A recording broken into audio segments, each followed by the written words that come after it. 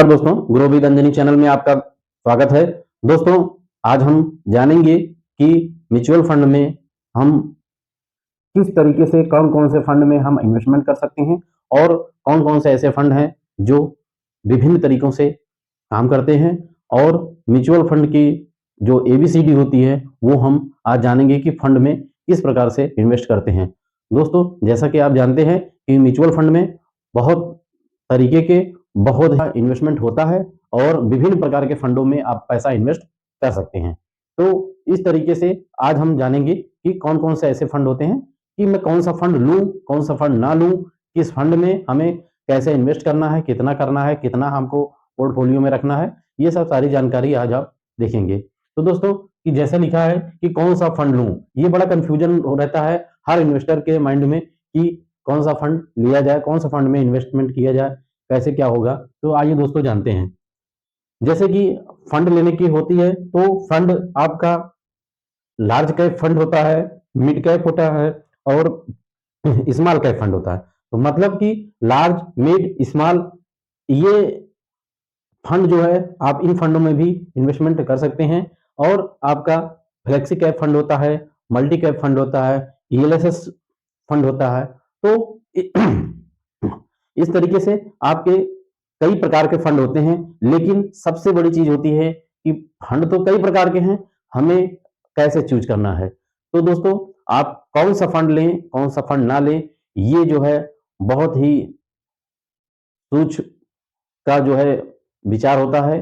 जैसा कि आप जो है आप अपने हिसाब से अपनी इन्वेस्टमेंट स्ट्रेटजी बना सकते हैं। आपका जो गोल है, जो लक्ष्य है, कैसे हम उस लक्ष्य को, गोल को प्राप्त कर सकते हैं। इसी को ध्यान में रखते हुए आपको अपने इन्वेस्टमेंट को विभिन्न प्रकार के फंडों में इन्वेस्ट करना चाहिए। तो दोस्तों, आइए जानते हैं। जैसा कि आप लार्ज कैप का फंड जानते हैं, लार्ज कैप फंड जो है ये लार्ज कंपनियों में, बड़ी कंपनियों में इनका स्टॉक इन्वेस्टमेंट होता है। तो यहाँ पे होता क्या है कि लंबे समय में थोड़ा-सा रिटर्न के मामले में थोड़ा कम होता है, क्योंकि ये रिस्की कम होते हैं। लेकिन रिस्क कम होता है तो ये बराबर आपको थोड़ा रिटर्न भी कम देंगे, लेकिन रिटर्न इनका चलता रहता है, यानी कि गिरावट में बहुत कम रिस्की होते हैं।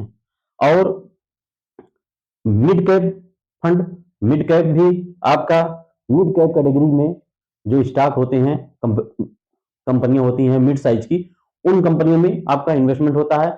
यहाँ लार्ज की अपेक्षा मिड में ज्यादा रिस्क होता है। और तीसरा आता है आपका स्मॉल कैप फंड, जो कि आपका लार्ज और मिड से ज्यादा रिस्की होते हैं और रिटर्न भी इनका लंबे समय में सबसे ज्यादा आता है, क्योंकि सबसे ज्यादा रिस्क स्मॉल कैप में होता है। इस वजह से आपको किन फंडों में या आप कितना रिस्क ले सकते हैं, इसको एनालिसिस करके ही आप जो है स्मॉल कैप फंड में इन्वेस्ट कर सकते हैं या मिड कैप में या लार्ज कैप में। तो दोस्तों, ये आपके 3 फंड हो गए। चौथा फंड हमारा आता है फ्लेक्सी कैप। फ्लेक्सी कैप दोस्तों क्या होता है? लार्ज, मिड और स्मॉल का मिक्स होता है। इन तीनों फंड कैटेगरी का ये मिक्सअप होता है।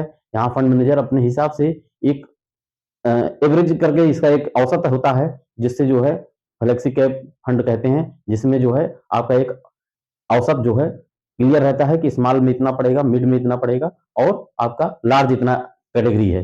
तो उस हिसाब से एक एवरेज में आपका ये फ्लेक्सी कैप होता है और फंड मैनेजर भी जो है यहाँ पे अपने हिसाब से काम करते हैं। और फ्लेक्सी कैप फंड जिन इन्वेस्टर को कुछ भी नहीं समझ में आता है, वो एक टॉप क्लास का अपना फ्लेक्सी कैप फंड लेते हैं और आराम से जो है उनका ये नहीं देखना रहता कि मिड में है कि स्मॉल में है, कहाँ पे है, वो अपना चलता रहता है। पांचवा फंड आता है आपका multi cap fund. Multi cap भी फंड कुछ फ्लेक्सी कैप से मिलता जुलता फंड होता है, थोड़ी सी इनकी स्ट्रेटजी अलग होती है। यहाँ पे आपका स्मॉल, मिड और लार्ज तीनों का मिक्सअप होता है। चौथा एक अदर रहता है, जहां पे फंड मैनेजर अपने हिसाब से वर्क करते हैं। छठवां आता है आपका ईएलएसएस फंड। ईएलएसएस फंड दोस्तों टैक्स सेविंग फंड होते हैं, जो आपका एटीसी के अंतर्गत टैक्स में छूट देते हैं और 3 वर्ष की इनकी लॉकिंग भी होती है। ये लॉकिंग में होते हैं और हमें टैक्स में छूट, जिन इन्वेस्टर को टैक्स में छूट लेना रहता है, तो वो ईएलएसएस फंड की तरफ जाते हैं। तो दोस्तों, इस तरीके से आपका म्यूचुअल फंड का 5-6 फंडों का आपका ये हमने एनालिसिस किया। तो दोस्तों, होता क्या है कि हर इन्वेस्टर सोचता है कि हम किस फंड में हम इन्वेस्ट करें। तो दोस्तों सबसे बड़ा चीज पॉइंट ये होता है कि अपना पोर्टफोलियो बनाते समय ये ध्यान में रखना होता है कि हर सेक्टर से आपको कुछ ना कुछ फंड रखने होते हैं, जिससे जो है कभी जब गिरावट का दौर आए तब आपके पास फंड अवेलेबल हो, और अप में हो मार्केट तो भी जो है डाउन में हो, तो मतलब एक एवरेज डाइवर्सिफाइड करके आपका पोर्टफोलियो पूरा बना रहना चाहिए। डाइवर्सिफाइड जब रहता है तब जो है आपको कम टेंशन होती है। यानी कि ऐसा नहीं है कि हम अगर स्मॉल में कर रहे हैं तो टोटल सारा पैसा अपना स्मॉल में ही लगा दें, मिड में कर रहे हैं तो मिड में ही पूरा लगा दें, लार्ज में कर रहे हैं तो लार्ज में ही कर दें। यानी कि आपको रिस्क और रिटर्न दोनों को देख करके, कंपेयर करके, और अपनी क्षमता को देख करके कि हाँ हम कितना रिस्क ले सकते हैं, हमारी एज क्या है या हमें क्या लायबिलिटी है, इस वजह से जो है आप सारी चीजों को देख करके तब आप अपना पोर्टफोलियो डाइवर्सिफाइड करके पोर्टफोलियो आप बनाइए, और अपने पोर्टफोलियो में मिक्स करके सभी को कुछ ना कुछ रखिए। और इस तरीके से जो है जब आप प्लान करके बनाएंगे तब जो है आपका रिस्क और रिटर्न दोनों बना रहेगा, और आपको लंबे समय में अच्छा से अच्छा रिटर्न देता है। तो दोस्तों इस तरीके से आपका ये लार्ज कैप हुआ, मिड कैप हुआ, स्मॉल कैप हुआ, और flexi cap, multi cap, ELSS, यानी कि इसके अलावा भी और भी ऑल टाइप के फंड होते हैं, जो सेक्टोरियल फंड होते हैं, इंडेक्स होते हैं, थीमेटिक होते हैं, वैल्यू फंड होते हैं, मतलब बहुत फंड होते हैं सारे सारे फंडों को।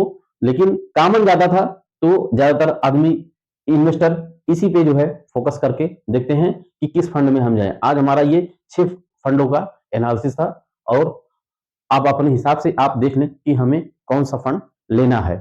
तो दोस्तों मेरा वीडियो कैसा रहा, अगर आपको अच्छा लगे तो एक लाइक करें, शेयर करें, कमेंट करें। दोस्तों कोई भी आपको इन्फॉर्मेशन चाहिए तो आप हमें कमेंट के माध्यम से आप हमसे पूछ सकते हैं। ठीक ठीक है दोस्तों, जय हिंद, जय भारत।